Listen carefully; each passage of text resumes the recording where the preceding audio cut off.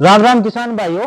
सबसे इंपॉर्टेंट चीज ये है, आपके फार्म के ऊपर आप जो भी गाय जो भी पशु आप रखते हो वो अगर लंबे समय तक दूध देते हैं तो जिससे क्या है, एक आपकी एवरेज अच्छी निकल के आती है दूध की पूरे साल की, जिसके अंदर क्या है आपके फार्म के फेलियर के चांसेस बिल्कुल कम हो जाते हैं और एक अच्छी ग्रोथ पे आप लॉन्ग टर्म में अपने बिजनेस को स्टेबल कर पाएंगे। अगर वीडियो अच्छी लगे दोस्तों तो ज्यादा से ज्यादा अपने किसान भाइयों तक शेयर करें और ऐसे ब्रीड के ऊपर काम करें जो लॉन्ग टर्म में दूध देती हो।